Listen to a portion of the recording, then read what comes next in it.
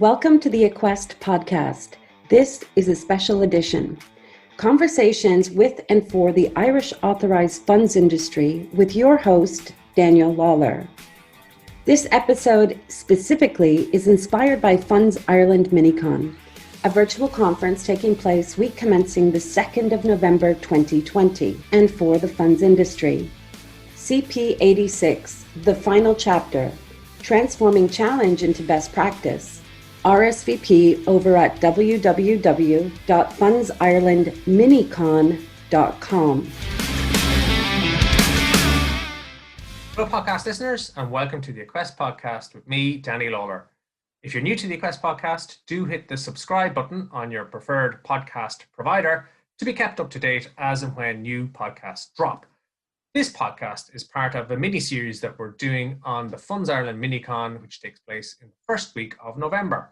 So for this episode, I'm joined by Shane Coveney, partner in the law firm Dillion Eustace in the funds department, and he's helping to run the first session on Monday, the 2nd of November, which is all about the regulatory landscape, really the emerging regulatory landscape for fund management companies in light of CP86 and all the other various bits and pieces going on at domestic and European level. As we have recorded the podcast, we're anxiously awaiting the Commission's consultation on the AIFMD review and the Central Bank's Dear CEO letter on the CP86 thematic inspection to drop. So we kind of chat a little bit about the mood in the camp as firms and everybody awaits those pieces of very important legislation and guidance that's really going to guide and direct how fund management companies, particularly those that are older than 3 years, how they're going to operate into the future. We also chat and set the scene a little bit for the session on the 2nd of November, what topics are going to be covered as we look to the regulatory landscape for fund management companies in Ireland. If you have not yet registered to attend Funds Ireland MiniCon on CP86, do so immediately. If you check out fundsirelandminicon.com, hit the RSVP button, fill out the form, and you are in, and you'll be able to get your hands on a wonderful free digital goodie bag, which will put lots of lovely things into your world. And we'll do we're going to do a separate little podcast about that as well. So sit back, enjoy, and find out what's to come on Monday, the 2nd of November, the first day of Funds Ireland MiniCon. Hi, Shane. Welcome back to the Aquest Podcast. Hi, Danny. Didn't scare you off the last time. You're back for more. That's right. Yeah, back for more. Looking forward to the conference that's coming up in the first week of November. So glad to be back here to talk to you about that. Great. And as we record this podcast, we are anxiously and fervently awaiting both the Central Bank Dear CEO letter on the CP86 outcome and the Commission's AIFMD consultation. So we expect both of those will have dropped between now and MiniCon. But what's the mood in the camp like? Are firms nervously expecting these things? Are they fearing the worst? Are they comfortable with what they're at? I think industry is anxious, looking towards what will come out. We've had a few nuggets of what is likely to come from the ESMA letter to the European Commission, which issued back in August, where they flagged certain points which they believe should be included in the review of AIFMD. So we think, certainly from a management company perspective, there were a couple of issues there which are being looked at very carefully by Irish Mancos. And in relation to the Dear CEO letter, the thematic inspections have been ongoing for almost a year now. We expect that letter to come out by the end of October, and we're excited to see what will come from it. And I'm sure there will be a lot of changes and nuances that will come from that. Yeah, you said that the mood is anxious. I'd say the mood is kind of I think firms have think they have a fairly good understanding of what's coming, that it's going to require more of them, particularly in terms of when we get to substance, we chat about that. So there's kind of an acceptance that that's what to come, but at the same time, it feels like a disbelief that it's about to arrive as well, or, still, that they're still going to be surprised, even though I think a lot of people have flagged what the outcome is likely to be. It's a funny dynamic.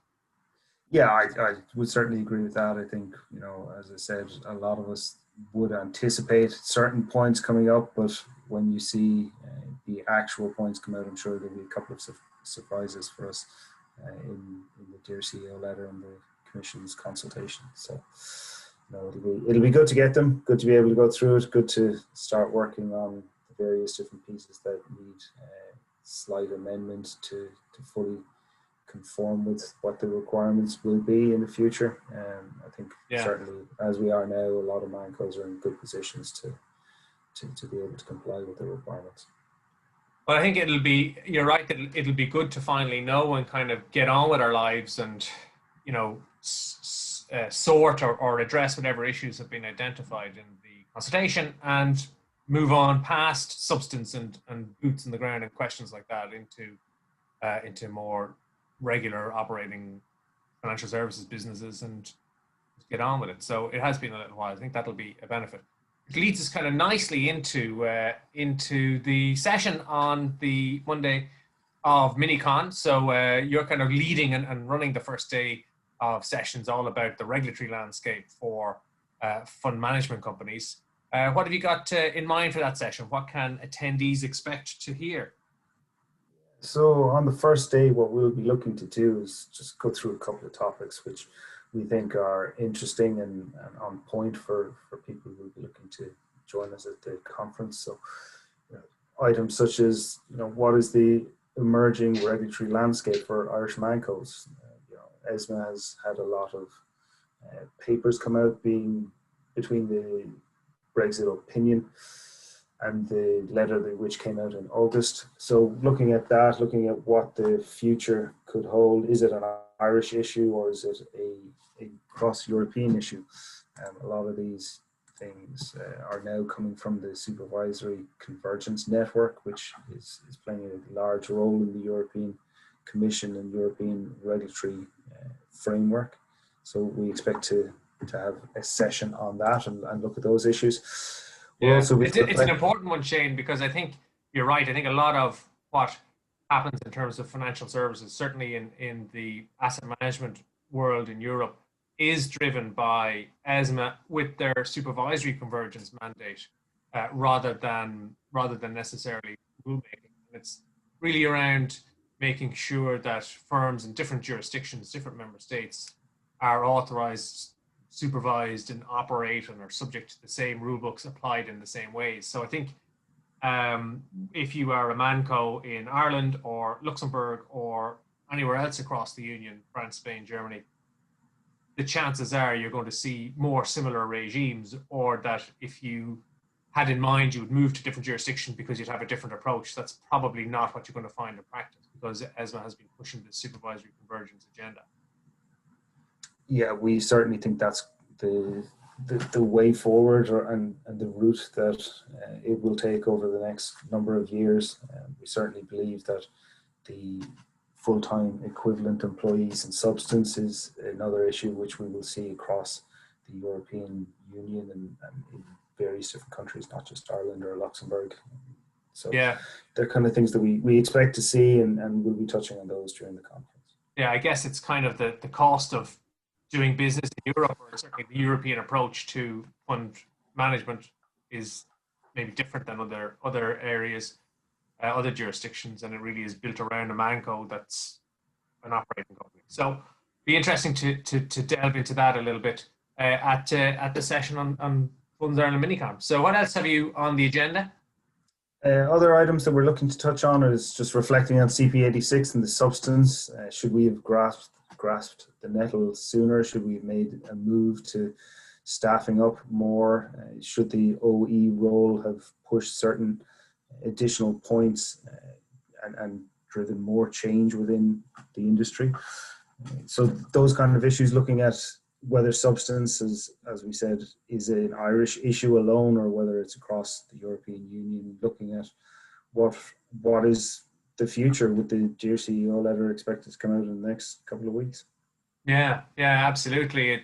All issues around substance and the way that Mancos resource themselves are going to get tons of attention, because you can imagine it's going to be the one thing that the eye will immediately be drawn to when the Dear CEO letter comes.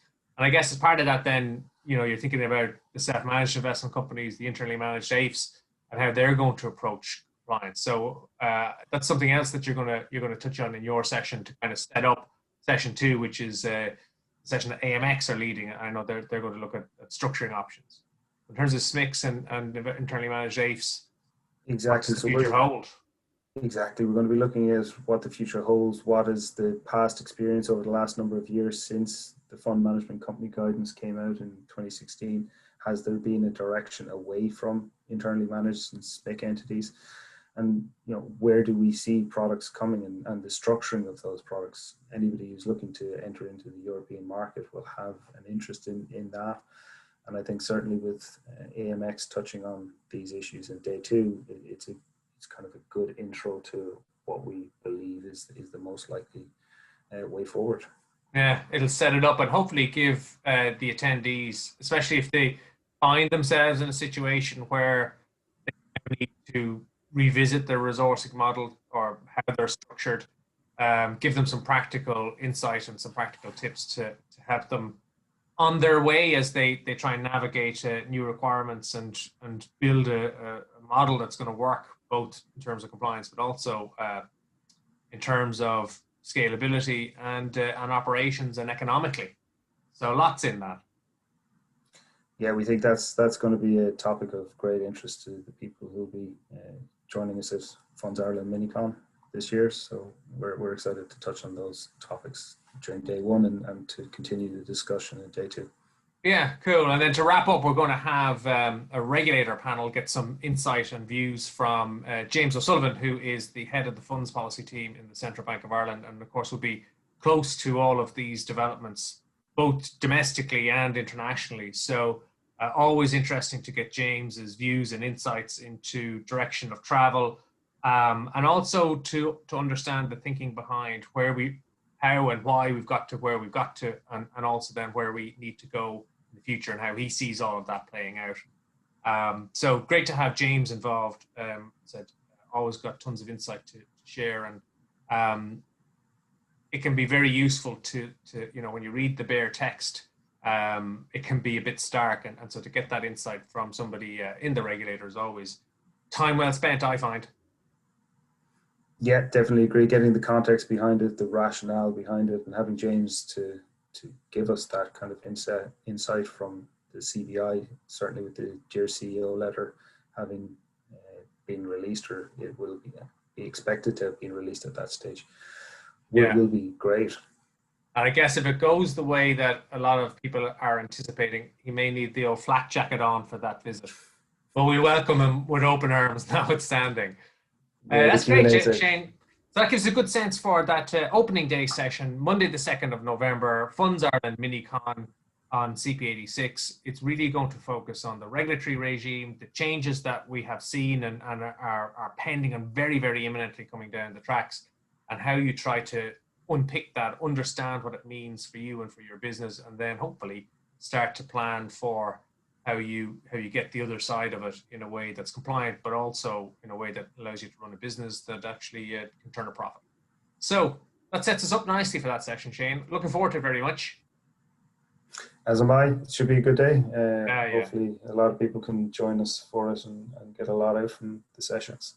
Absolutely. So if you are interested in coming along to Funds Ireland MiniCon, check out fundsirelandminicon.com, hit the RSVP button, and you fill out the form. All very straightforward. It is free, absolutely free to attend, unless you're not in the funds industry and you're only trying to gig along to get your hands on our wonderful free digital goodie bag, which I wouldn't blame you for doing because it is pretty awesome. But if you're in the funds industry, come along. It's all free. And I said you have a free goodie bag, somewhere up in terms of value, up above €2,000 at this stage. So it really is pretty impressive.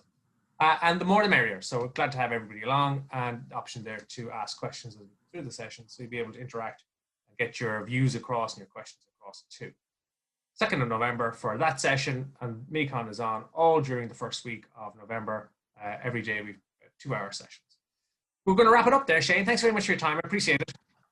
Great. Thank you very much, Danny. And I shall see you again at MiniCon. Thanks very much for listening, podcast listeners. We'll catch you next time on the Aquest Podcast. You've been listening to the Aquest Podcast, a special edition. Conversations inspired by Funds Ireland MiniCon. RSVP at www.fundsirelandminicon.com. For more information about Aquest or Daniel Lawler, visit www.aquest.ie.